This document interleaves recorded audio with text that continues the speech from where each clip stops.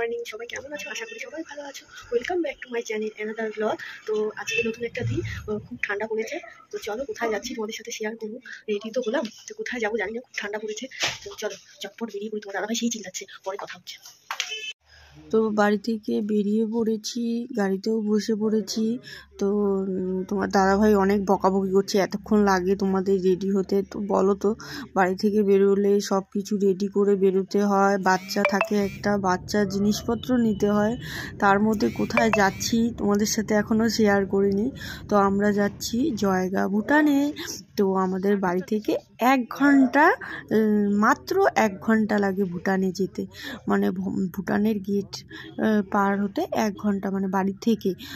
তো মানে বাড়ির পাশে ভুটান, আর আমরা যেতে এই পারিনি, এতদিন হয়ে গেল।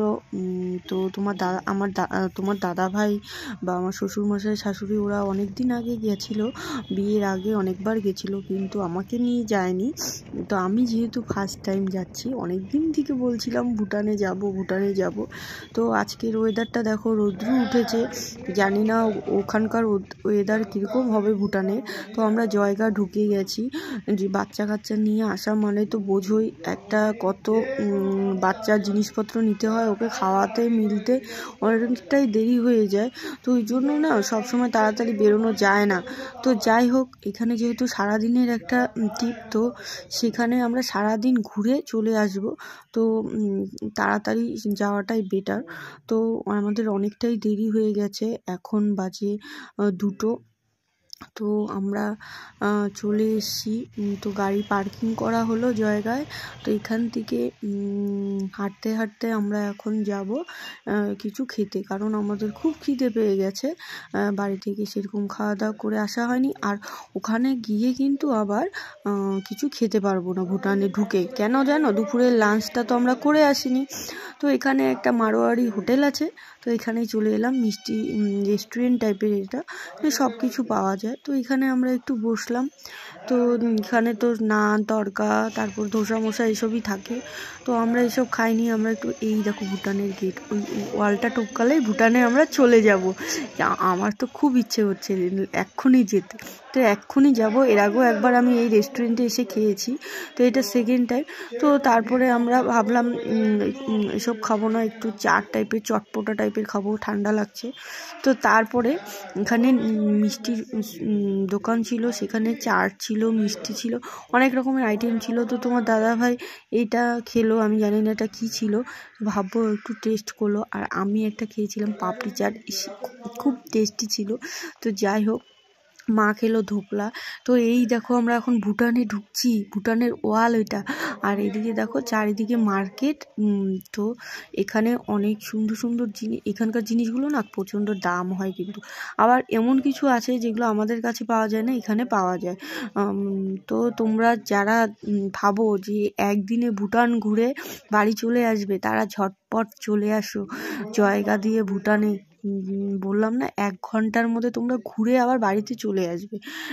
ভিতরেও ঘোরার জায়গা 1-1.5 ঘন্টা বা 2 ঘন্টা লাগে। আমরা তো কতটা লাগবে জানি না। চলো, ভুটানে যাচ্ছি যেহেতু। এখানে দেখেছো মার্কেটটা, এটা জয়গার মার্কেট। আরও ওই দিকটা বড় বড় মার্কেট আছে। তো এটা ভুটানে ঢুকার, তো লাইনে দাঁড়াতে হলো, টিকিট কাটা হয়ে গেছে।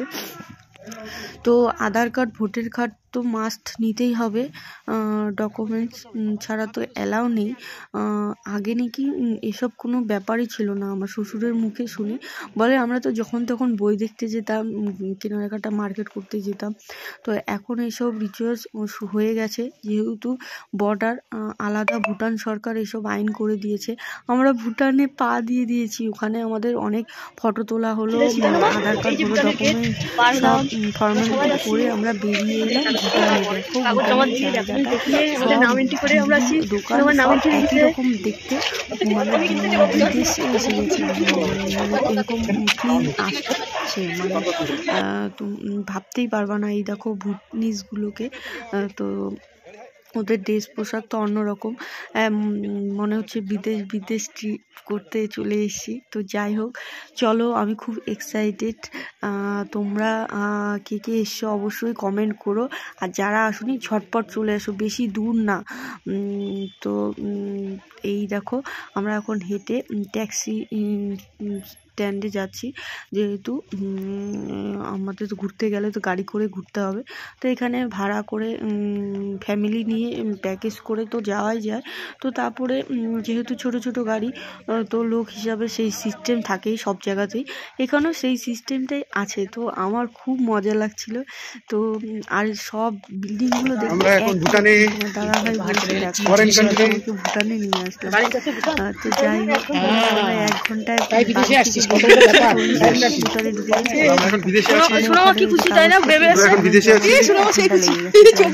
তো ভাববো খুব খুশি।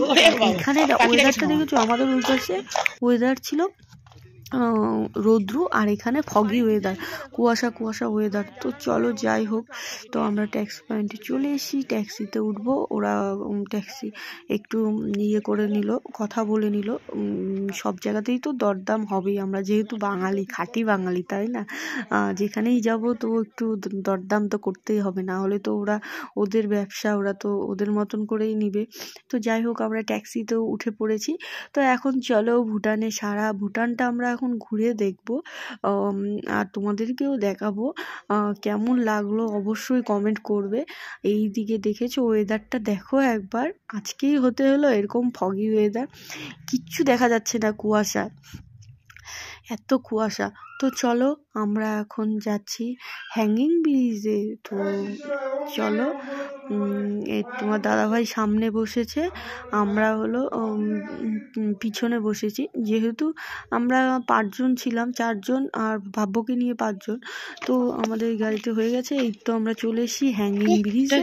তো ব্রিজটাতে উঠে না খুব মজা লাগলো, এত সুন্দর হাওয়া, এত সুন্দর মানে বলার মতো। তো এই দেখো, আমার তো খুব ভয় লাগছিল ওখানে যেতে, ভাব্যকে নিয়ে আমার পক্ষে একা হাঁটা সম্ভব না ওই ব্রিজে যাওয়া।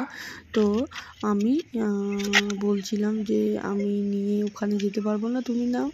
তারপরে আমি আস্তে আস্তে পা টিপে টিপে ব্রিজে গেছি, আর ব্রিজটা এত নড়ছিল আর আমার খুব ভয় লাগছিল, আর এত হাওয়া, আর নদীর জল দেখবে, সবুজ জল। তো যাই হোক খুব সুন্দর, ভালো লাগলো, ভিডিও করলাম, রিলস করলাম। তো আবার গাড়িতে উঠে পড়ছি, আবার আরেক জায়গায় যাব। তো চলো, তো দেখো বড় ব্রিজটা, তো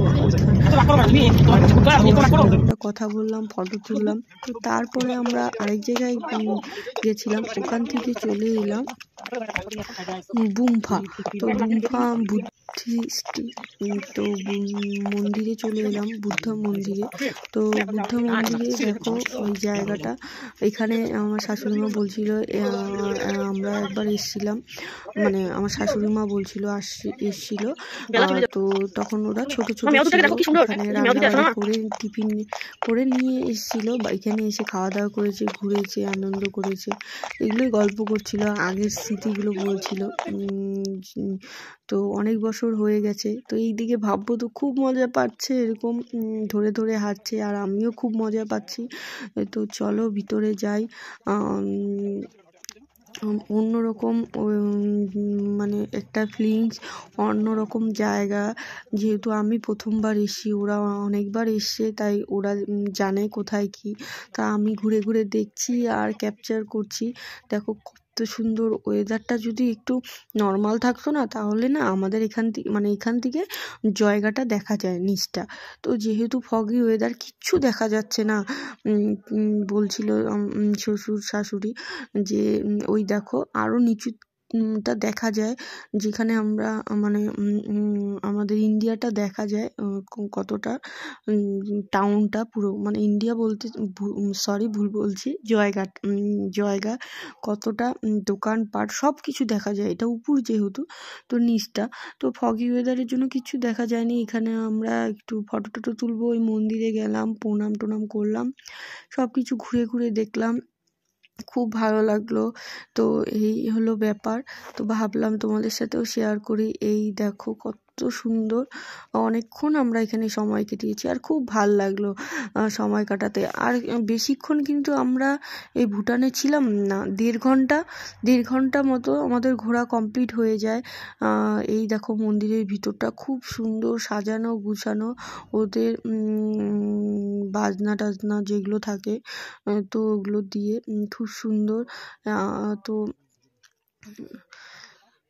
1.5 ঘন্টার মতো ভুটান ট্রিপ মানে বলা মতন না। তোমরা আসো, ঘুরে যাও, খুব ভালো লাগবে। কিচ্ছু লাগে না, জাস্ট একটা ডকুমেন্ট, আধার কার্ড না হলে ভোটের কার্ড, যে কোনো একটা লাগে। তো এই দেখো ভাব্য আবার দেখছে, এদিকে আমাকেও ডাকছে মাম্মা এদিকে, মানে ও তো কথা বলতে পারে না না ঠিক করে, যতটা ইশারায় বলে, দূরে দেখলে কাছে ডেকে নেয়। তো এখান থেকেও আমাদের ঘোরা কমপ্লিট হয়ে গেল, এখান থেকে এখন বেরিয়ে পড়বো। যেহেতু আমরা এই দেখো আবার প্রণাম করছে, দেখেছো আমার মেয়েকে প্রণাম করছে। তো আমাদের এখন খিদেও পেয়ে গেছে, যেহেতু আমরা দুপুরে সেরকম ভারী কিছু খাইনি, আর এখানে তো একদমই কিছু খাওয়া যাবে না। এই দেখো আরেকটা মন্দির, আর এই যে ভুটান টাউন, এখানে কত সুন্দর সুন্দর জিনিস, ব্যাগের দোকান, সব কিছু, মানে এত কস্টলি এখানকার জিনিসপত্র, আর দেখলে তোমার পছন্দ হবেই হবে। আমার তো খুব ইচ্ছে ছিল একটু দোকানগুলোতে ঢুকে জিনিসপত্র দাম করা, তোমার দাদা ভাই দেয়নি, বলে কি পরে পরে বলে আর দিলই না জানো। আমার না খুব ইচ্ছে হয়েছিল, ওখানে একটা ব্যাগের দোকান দেখেছিলাম, আমার খুব পছন্দ হয়েছিল। তো যাই হোক, নেক্সট টাইম গিয়ে শপিং করব, আজকে যেহেতু ঘুরতে গেছি তো ইচ্ছা আছে। ভুটানের জিনিসপত্রগুলো এত সুন্দর আর খুব কস্টলি হয় এখানকার জিনিস, আর তোমাদের একটা দেখলেই পছন্দ হয়ে যাবে, 10টা দেখতে হবে না। আর এখানকার খাবার দাবার তো আমাদের জন্য না, মানে কি কি খাই দিবে সেটা বলা মুশকিল। তো তোমাদের যাদের রুচি হয় তারা খেতে পারো, অনেক সময় শুকনো খাবারও থাকে যে তোমরা খেতে পারবে। এই যে পুরো টাউনটা তোমাদেরকে ঘুরে দেখাচ্ছি, আর এখানে দেখো এই যে একটা বড় শপিং মল, তো এই শপিং মলে আমরা গেলাম, তারপরে কিছু প্যাকেটিং জিনিসপত্র দেখছিলাম। এই দেখো আরও অনেক কিছু ছিল। তো এই হলো আমাদের আজকের ঘোরা, তোমরা আসো, খুব ভালো লাগবে। এটুকু বলতে পারি, আমি ফার্স্ট টাইম এসে যেটা ফিল করলাম আমার খুব ভালো লেগেছে, আমি তো নেক্সট টাইম আবার যাব। তো মার্কেটটা দেখো আমি তোমাদেরকে ঘুরে ঘুরে দেখাচ্ছি, আর খুব মজা করলাম। ওয়েদারটা একটু ফগি ছিল বলে একটু অসুবিধে হয়ে গেছিলো। আর ভিড় দেখেছো এখানে কি লাইন, কারণ এখন আমরা বর্ডার পার হব, বর্ডারে প্রচুর লোক কাজ করতে এসেছিলো, মানে ভুটানে এসেছিলো, এখন সবাই বাড়ি চলে যাচ্ছে। তো আমরা বর্ডার পার হয়ে এখানে ভাজা পোড়ার দোকান, মানে দোকান যেটাকে বলে ঝালমুড়ির দোকানে ঝালমুড়ি একটু খেলাম, কারণ ঠান্ডা লাগছিল পর্যন্ত, একটু ঝাল ঝাল কটকটা জিনিস খেলাম, তারপরে শরীরটা চাঙ্গা হয়ে গেল। তো এখন আমরা গাড়িতে উঠে পড়েছি, এখন বাড়ির দিকে রওনা দিব। এখানে আর কিছু খেলাম না হোটেলে, তো তোমার দাদাভাই বললো বাড়িতে ওখানে আমাদের ধাবা বা কোনো হোটেলে আমরা খেয়ে নিব। তো চলো আমরা চলে এসেছি আমাদের হ্যামিল্টনে বাজারেই একটা রেস্টুরেন্ট। তো এই রেস্টুরেন্টটাতে নতুন এলাম, জানি না কেমন হবে খাওয়ার দাওয়ার, তোমার দাদাভাই বলে তো খুব ভালো হবে। তো চলো খেয়ে দেখি, তো খুব খিদে পেয়ে গেছে, তো তোমাদের সাথে একটু শেয়ার করলাম। আজকের মতন এখানেই শেষ করছি, কেমন লাগলো অবশ্যই কমেন্ট করতে ভুলবে না আমাদের ভুটান ট্রিপ। তো তোমরা অবশ্যই কমেন্ট করো আর সাবস্ক্রাইব করতে ভুলো না। টাটা, গুড নাইট, ভালো থেকো।